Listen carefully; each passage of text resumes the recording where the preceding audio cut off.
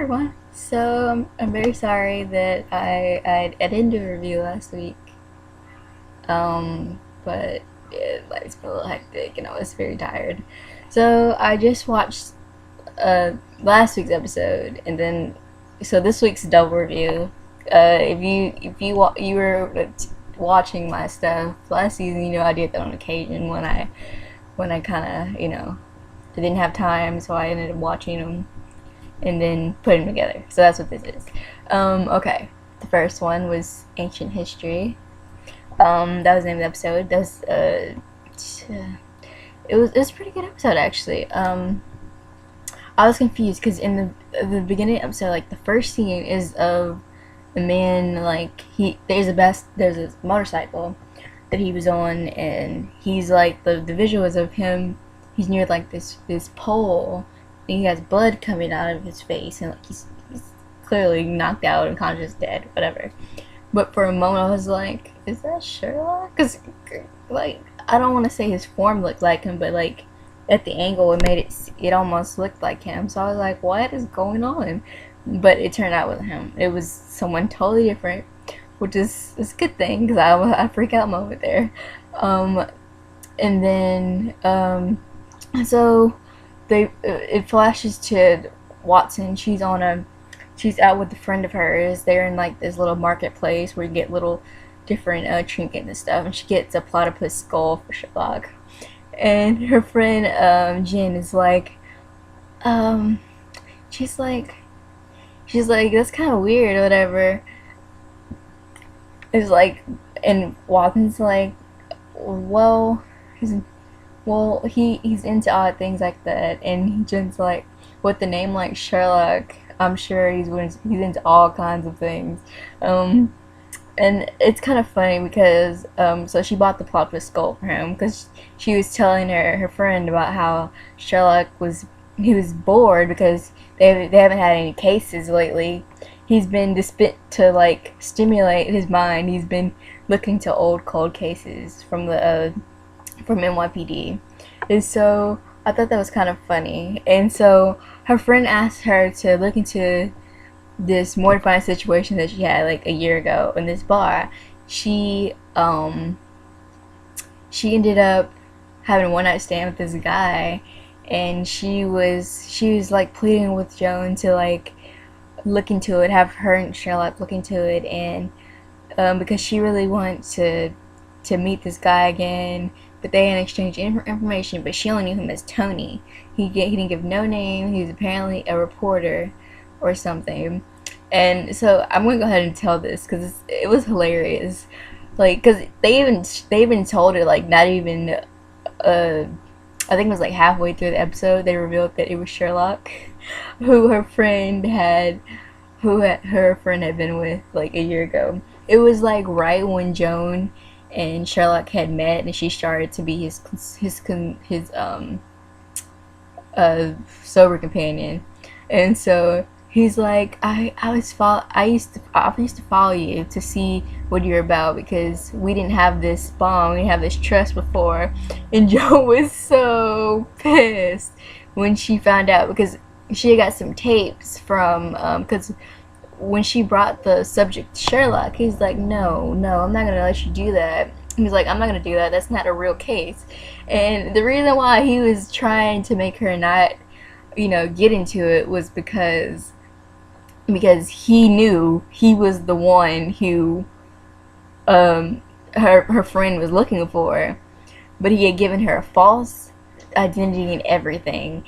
And so and Joan was so pissed. She's like, how am I supposed to tell her that it was you who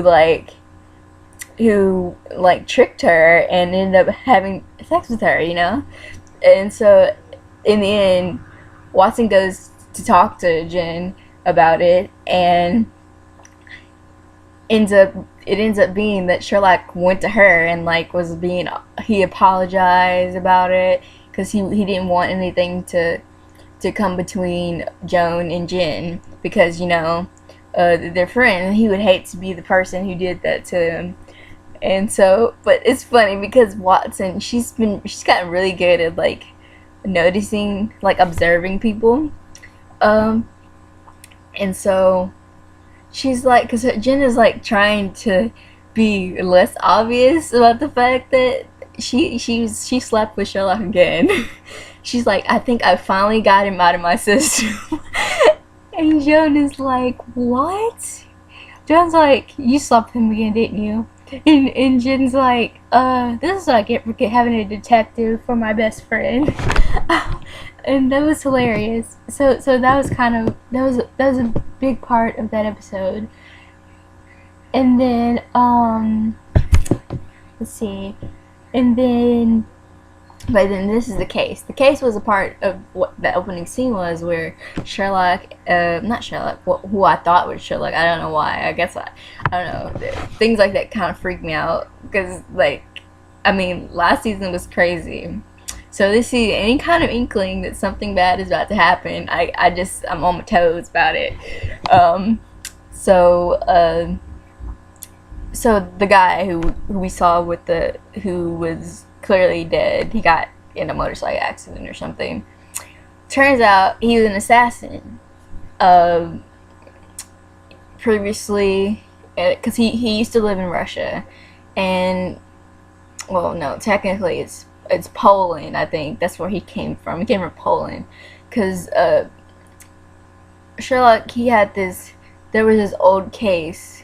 I think that's what it was. He had an old case that, like, the caliber of the weapon and the motive. I mean, not the motive. The MO was like really, like, he remembered it, and he was like, "This is very similar to something happened a couple years ago."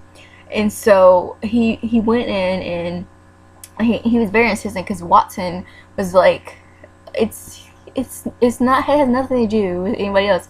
And he's like, "No, there are signs that this man had killed someone before he died." And so what happens is, it ends up being that the Russian mob came after him, because he had left Moscow, and but he left. I think he took some money from the Russian mob and, like, just left. And he came to America, and he met his wife, who put on a show basically in this episode. She was pretty much she was a good actress, to be honest, because, like, I'm usually that person who immediately starts to suspect the spouse, because the spouse, they have more motive than anyone. Because, most people who end up dying end up having some kind of secrets in the closet that just comes out. And so I was like, I hadn't suspected her at all. Turns out she was one. Because there were so many different elements in this episode. The Russian mob, obviously, and then they have he used to be an assassin. Like, he was on their payroll for a time. So it could have been that, or it could have been the loan shark, because apparently he had got a loan from loan shark, because he and his wife had this nursing home that they had together, and he had borrowed $25,000 from a loan shark. And so they went to go visit the loan shark and see if he had something to do with the guy's death. And what happens is that he didn't lie. He did not kill the man. He had gave him money because he used to take care of his mom before she died, and he was a nice kid. So he's like, not a kid, well, to him he's a kid, because the loan shark is older than the guy, obviously. So he's like, I gave him 25 because he had been so kind to my mom, and taking care of her. But he's like, because the guy needed more than what he gave him.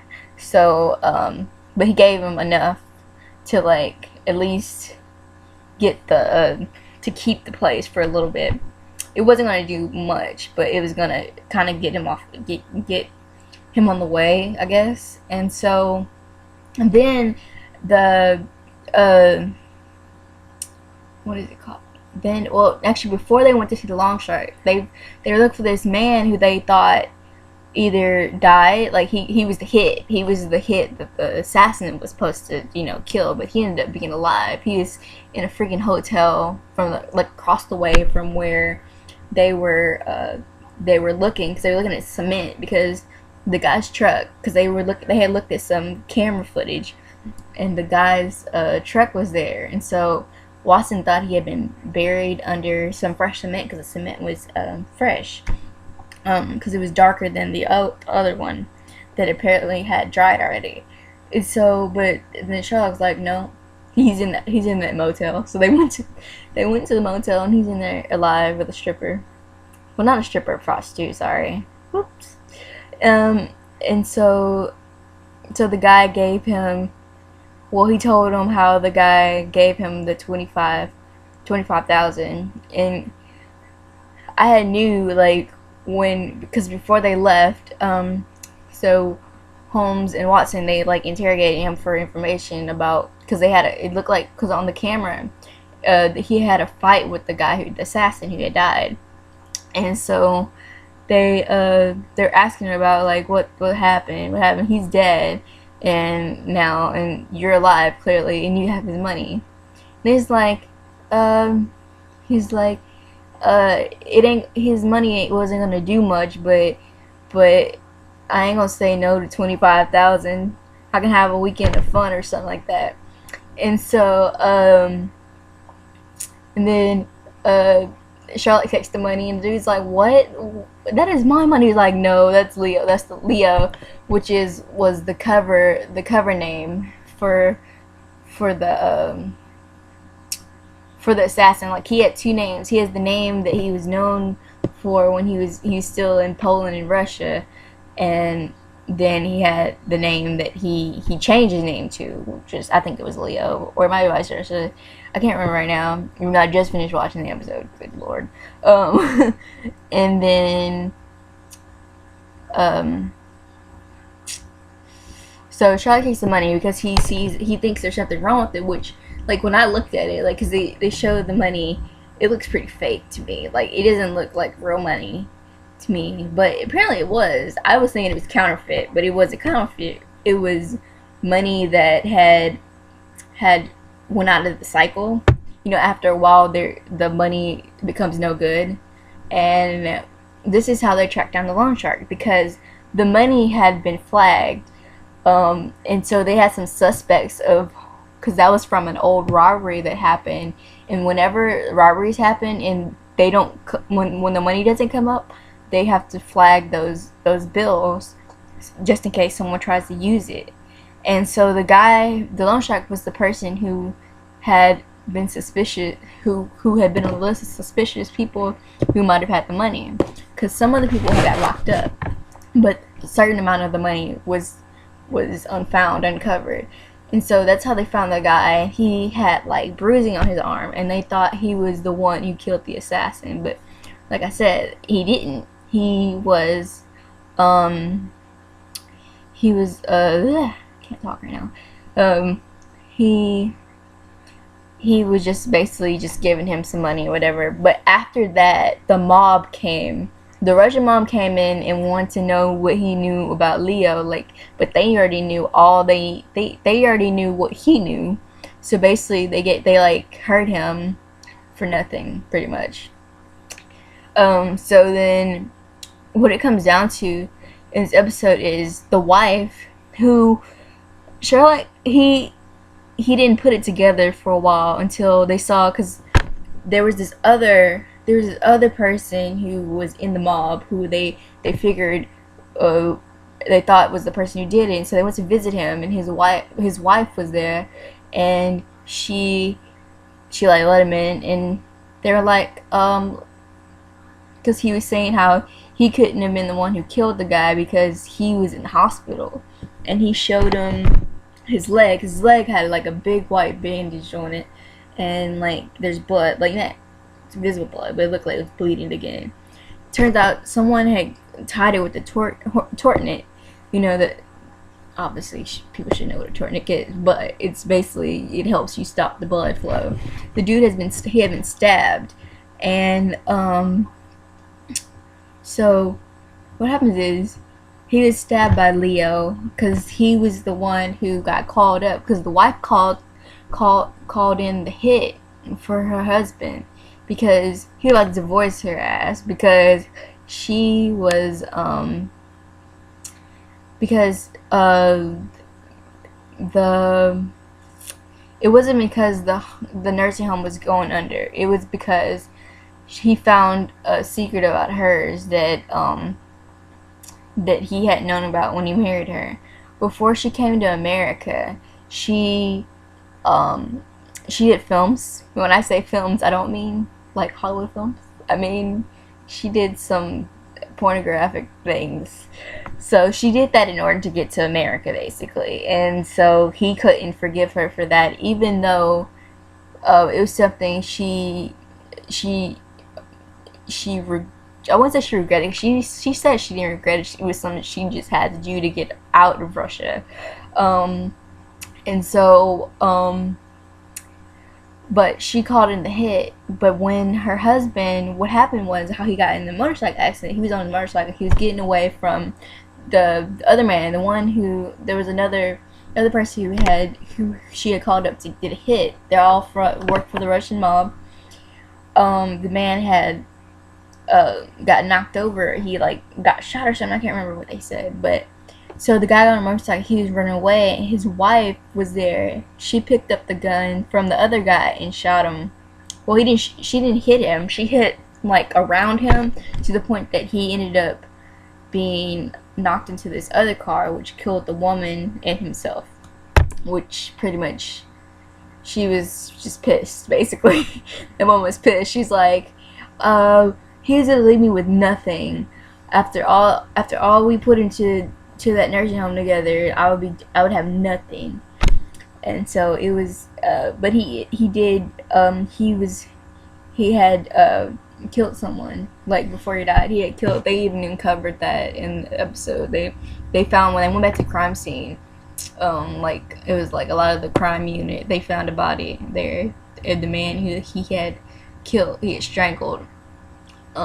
So yeah, and like my favorite part was kind of at the end of the episode.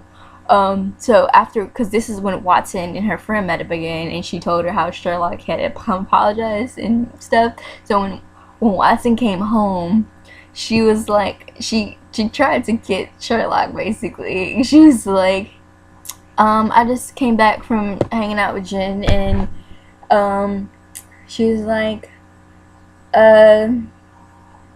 I forgot. I think she said it was nice or something. She's like, well, you finally gave Jen what she wanted. She might finally have a baby. And Sherlock, he stopped for a second. He looked like he was like shocked for a moment. Then he was like, she's like, I nearly got you, didn't I?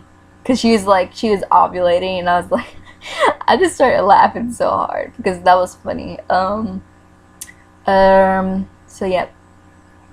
That episode was pretty funny. It was great. It was actually a pretty good episode. I really loved it. So I'll see you guys in a moment for the next part, this week's episode. I hope you all will enjoy that part too. Okay. See you in a moment. Bye. So I'm back, and so yesterday's episode was called, oh god, it's a really long name, so I had to look it up again, in a natural arrangement. And so this one was very emotional, especially for me to watch, because I'm going to talk about two different parts of it, because like in two different ways, because we know in BBC Sherlock canon that Lestrade had marital problems. Well, in Elementary, this episode focuses a lot on his on Gregson's marital issues, which he found out came to light in a similar way. His wife and him were separated. But before we get to that whole deal, we have to talk about what happened. Okay, so this Gregson's wife was coming home, and she was like leaving a voicemail for their child, well, one of their children, because apparently they have a few kids, um, like telling them to call her back or whatever. And all of a sudden, there's this guy in a mask sitting in her living room asking for Captain Gregson, and she's like, I don't know where he is. And so she he kept trying to get her to tell him where Captain Gregson was. And so I can't remember if she threw something at him or something, but she ran upstairs to the room and locked the door. And so the dude came up there, banged on the door, and she had time enough to get in the drawer and grab her gun. And I don't know if it was her gun or it was Gregson's gun. Either way, she shot him. Well, she didn't kill him, but she shot him. She ended up grazing his arm because there was blood when she opened the door. And she called 911 and asked for them to make sure her husband was okay because the person kept asking for him. So when Gregson got to her, Detective Bell and Sherlock and them were there because Sherlock was actually at the precinct. He was him Watson. It was a Friday night, and him and Watson were there looking, like they were surveying the prison cells because or the one cell that had like a whole bunch of people, had like 20 people in there, and so he was having Watson deduce why they were in there. She's like, why don't you just ask him? He's like, this is more fun. and so then during that time, Watson had got an offer from another one of the detectives to look over a case because he was struggling with it. And I'm gonna get to that part later because there's another bit about that later on. So they go and see Lestrade's wife at the house, and that's when it's revealed that the reason why she didn't know where her husband was, because when she called 911, they asked where her husband was, and she was like, he's probably working. He works at the precinct, at the 11th precinct, and they were like, he's a police officer, and she's like, yes, he's the captain. And so but then it was revealed, like when Detective Bell and Sherlock were talking, that they were separated, and that was like a big shock to everyone. It became a big thing throughout the episode, like because Gregson found out a lot of things about his wife that he didn't know was going on. She wasn't having an affair, but she was seeing someone who Gregson knew from previous. He was like a contractor on their house, and he was like an old friend of hers. So he was really upset about it throughout the episode. He was like, he wanted to be with her, but she was the one who wanted this trial separation, but it was turning out to look like a more bigger deal than what it was to him originally. He thought it was just this trial period, and then they would, slowly get back together, especially because their kids don't know, right? But yeah, that was revealed. But he was really, because he couldn't touch the case because personal conflict, right? So then Gregson, so Bell was the one who was in charge of the case. He was the one who was going to oversee it, but Gregson would kind of be there along the ride, not physically, but like he would be let in on certain facets of it because he's the captain, and he has to know about stuff, but he never did anything. You'd expect someone whose wife who could have died, pretty much, to react violently or rashly, but he didn't. He was actually that's the thing I like about this Lestrade.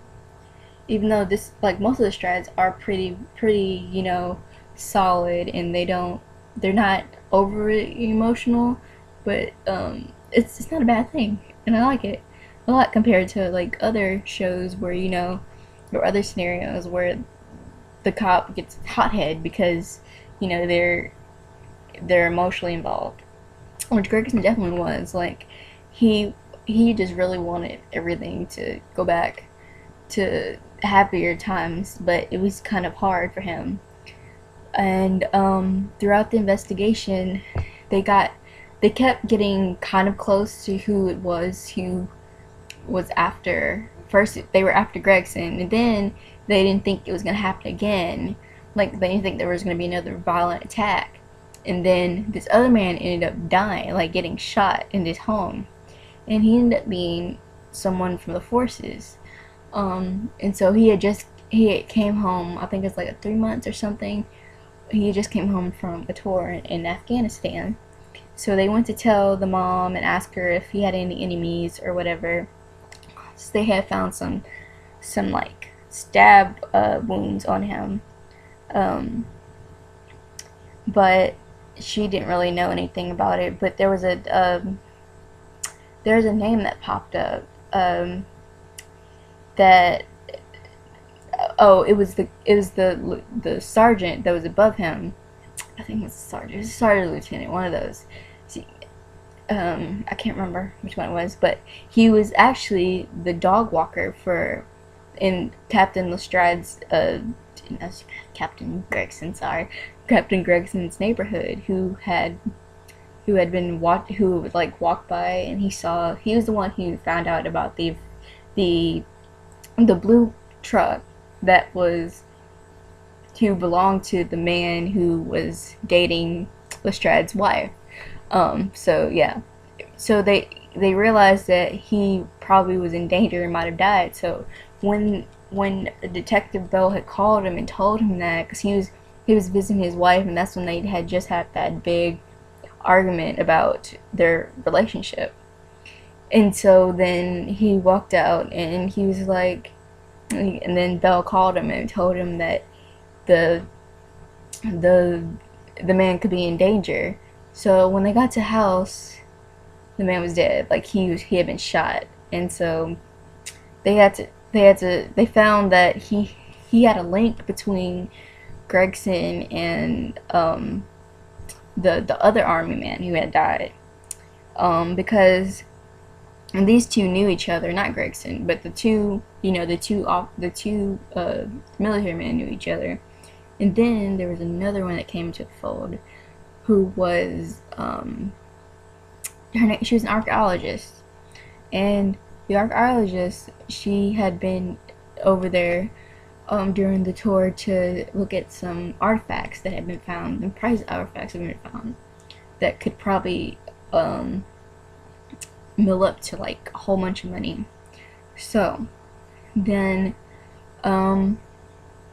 they hadn't really suspect anything, but they thought because she has a dog. This dog doesn't like men at all. Like it'll bark at any man who walks up. So when Watson and Holmes went to go visit her and talk to her, the dog was there, and she thought they were just trespassing or whatever, but they were there to talk to her. And then they saw this bowl. There's this bowl that was on this little glass shelf that she had, and it turns out that was one of the artifacts that she had took from the dig where she was looking over the artifacts. But they didn't know that at first. They didn't know that, and so she became a suspect after their visit, because they found out that her husband, or her ex-husband, because they had got a divorce apparently, but they're thinking of reconciling, or at least he wanted to, and he was supposed to be in Arizona or something, but his bank statement showed him in New York. So that's how they found out that Cameron, that was his name, the husband, or the ex-husband, he was her partner, and he was the one who was going around killing the other people because they were involved with her. Not in a romantic sense. I mean, when she was stealing these precious artifacts, she was trying to rack up. She would save them and sell them, be able to sell them and get a whole bunch of money. And so they couldn't.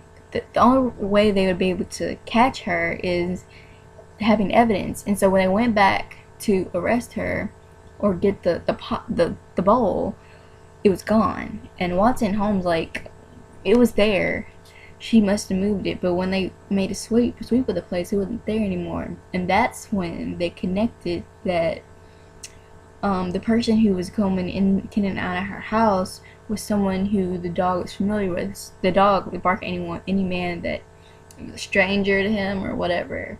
And so her, actually it was her name was Gotham, and I thought that was adorable. Gotham. Because I cannot remember what kind of dog it is, but it's a black dog. It was a pretty dog.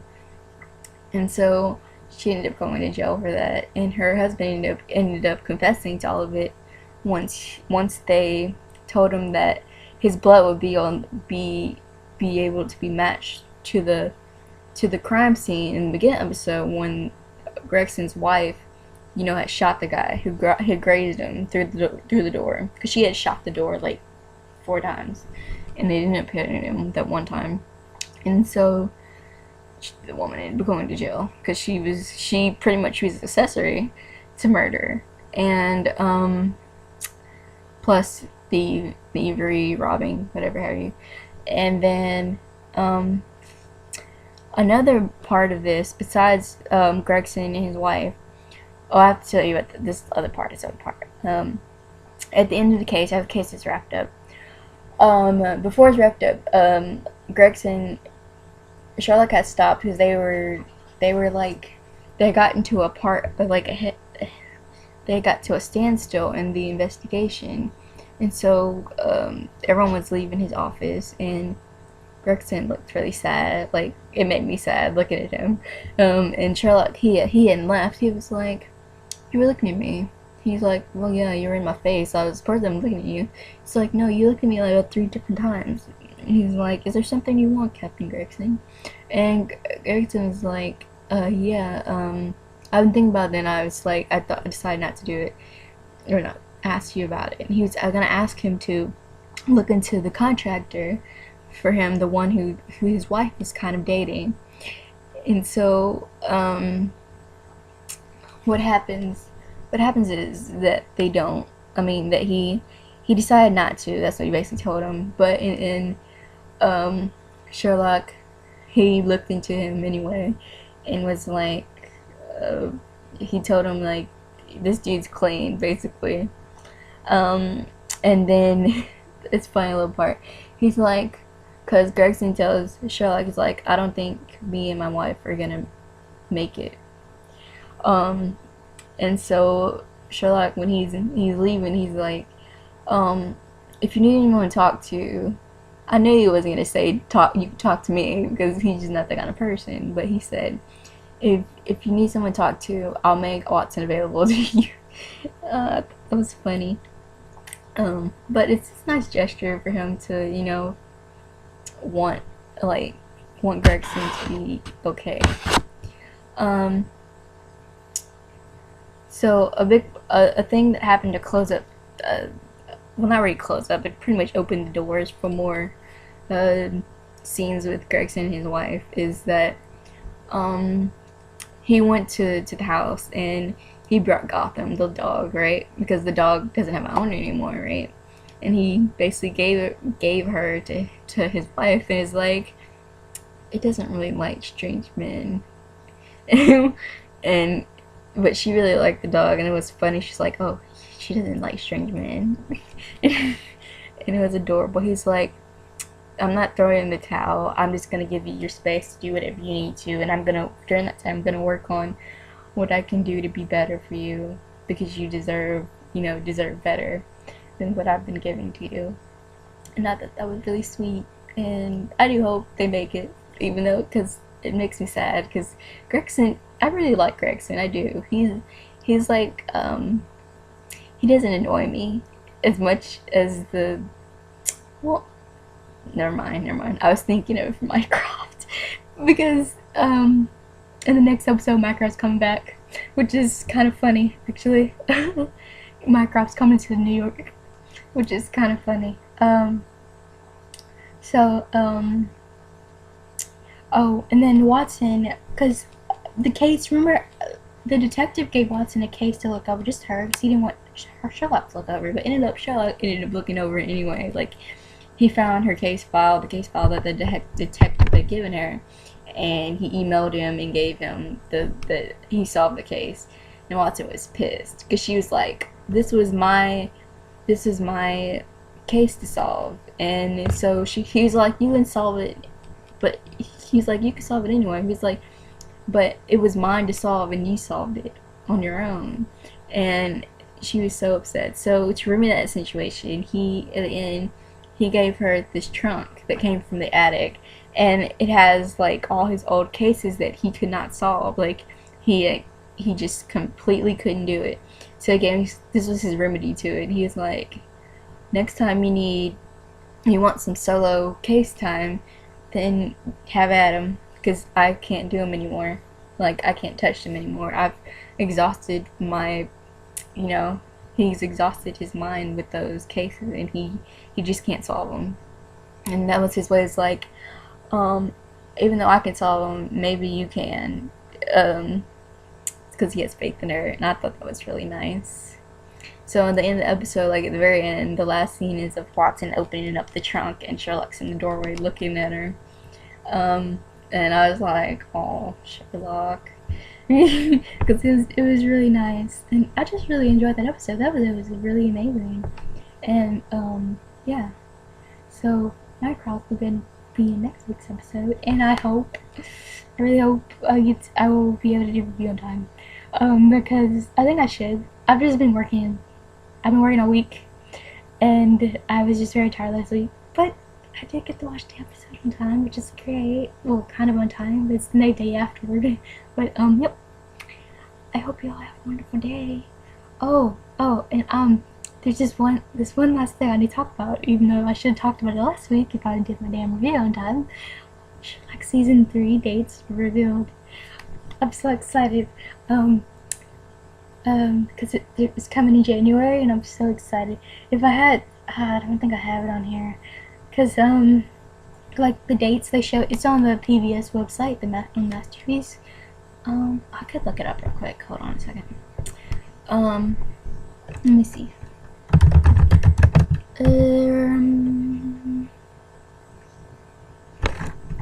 I know it's January. It's probably December for the UK, but for PBS it's January. I'm probably gonna watch it when it comes out in the UK. Like, I'll stream it and then I'll watch it again when it comes back on in January. It kind of makes me sad that they don't try to, how they do for the Doctor Who. Why don't they just do that for Sherlock? It won't be that hard. Because I mean, they stream Doctor Who everywhere. Like, seriously, y'all could totally do that. You would get so much more ratings, to be honest, for it. And I'm just excited. One of my favorite things is happening this season. Molly and Sherlock get to go in cases together. I think I've discussed my love for Molly Hooper before. They're just, I'm not gonna get into it because I'll start getting emotional. Oh, my internet's being bum. But anyway, I know it's in January. I think it's like, it might be the 14th. I think that's when the first one starts. I can't remember. Jesus Christ. Let me see. I know it's,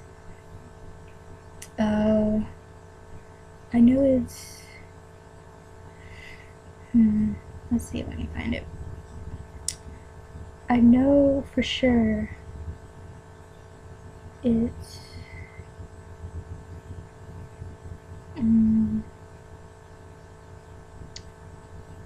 hold on.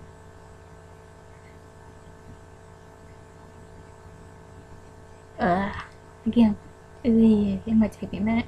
I'm sorry, I'm boring right now. Actually, I can show you something while I'm looking on my phone, because my phone's faster for some reason. Let's see. I got this new game for my DS today, and it's a Marvel game. But what came with it was this little Loki keychain, and I think it's adorable. It's probably one of the reasons why I got it, because I just really like his character. I love Tom Hiddleston's character Loki. Even though he's kind of, he's not bad. wouldn't say he's bad though. He is a bad villain. He's a villain, but like there's a reason why the way he is. But, like, isn't that adorable? The little Loki keychain. It's adorable. I like it. I love it. Okay, so it will be. Come on. Oh, January 19th. That's when the first. That's when the first one. That's when the first episode comes back. That will be the Empty Hearse. That will be the first episode, and then the next week after that, and the next week after that. So yeah, it'll be the 19th, January 19th, and then will be the week after that, and then only 3 weeks. Isn't that's next week? That kind of makes me sad, you guys, because like we get like 3 really amazing episodes, and then we're done until however long it takes for them to make more. It's been 2 years, guys. It's ridiculous. But like I'm gonna cry again, like I did. I think I'm gonna end up watching like the season all over again. I feel this is very off topic because I probably out in elementary, but it's still Sherlock Holmes, so yeah. But I'm very excited about season 3. I just it's gonna be great. Yay! Oh, another thing, just quick little things I'm talking. I'm doing the National Writing Month thing. I was gonna try and say the anagram for it, but not the anagram, the annotation. I don't even think that's the word I'm looking for, but it's basically NaNoWriMo. Basically where you write a novel for a whole month and see if you can get up to 500,000. I mean, not 500. Wow. I'm pretty sure it's about 50,000 words. Even though that's like really easy for me because I'm writing all the time, and I read my book. Black Place was only, I think it's like 80,000, but more because I'm editing it now. But I'm starting this new series, and so yeah, I'm gonna start that today. Since today is November 1st, guys, it started already. This is gonna be great. So yeah, I will see you guys next week. And I hope you all have a wonderful day. And if you're taking place in Nano, let me know so we can talk, and I'll be your buddy. I'll be your support buddy, your writing buddy on there, and we can totally just help each other out. Anyway, I'll see you guys next week. Bye.